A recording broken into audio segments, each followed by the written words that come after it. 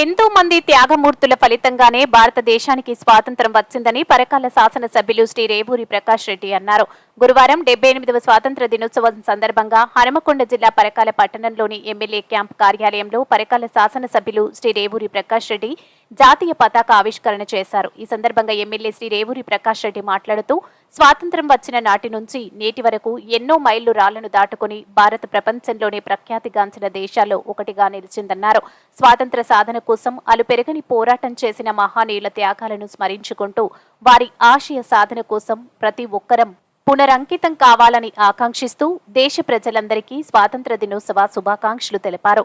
లక్షలాది మంది అమరుల త్యాగ పునాదుల మీద ఏర్పడిన భారతదేశాన్ని కాంగ్రెస్ పార్టీ పరిపాలించిన నాడు అభివృద్ధి పరుగులు పెట్టించిందన్నారు.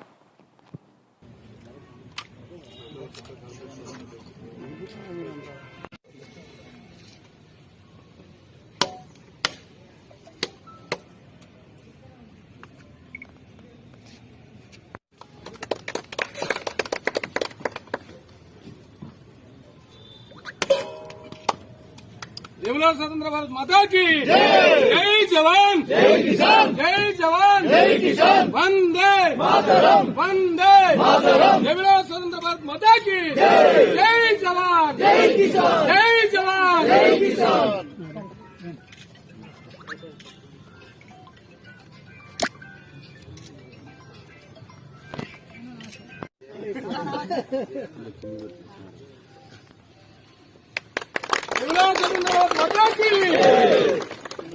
भारत की अधिनायक जय हे भारत भाग्य विधाता सिंधु गुजरात मराठा द्राविड़ उत्तर बंगा विंध्य हिमाचल यमुना गंगा उच्चल जलधि तरंगा तव सुमनानि जगे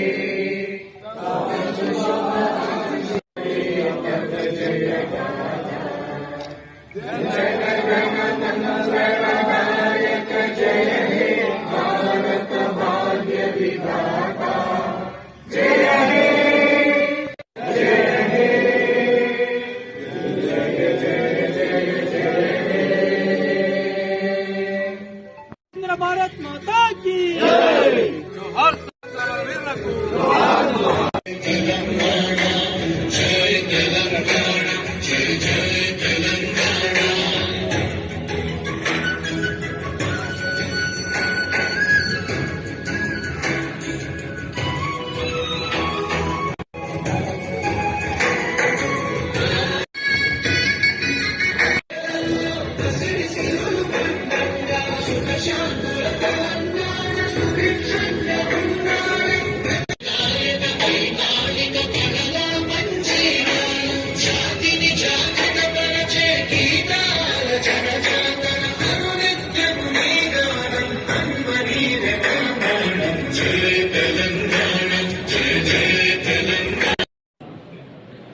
సంవత్సరాలు స్వతంత్ర దినోత్సవాలు పూర్తి చేసుకున్న సందర్భంలో కూడా ఒకసారి మనం ఆలోచించవచ్చు.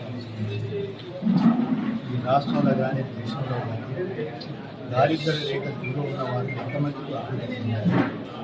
అదే స్వతంత్ర ఫలాలు end of the person in the last ఏదైతే గాంధీ మహాత్ములు కూడా గ్రామ స్వరాజ్యానికి గ్రామ స్వాతంత్ర్యం ఎంతమట్టుకు సాధ్యమవుతుంది కూడా ప్రతి ఒక్కరు ఆలోచించారు.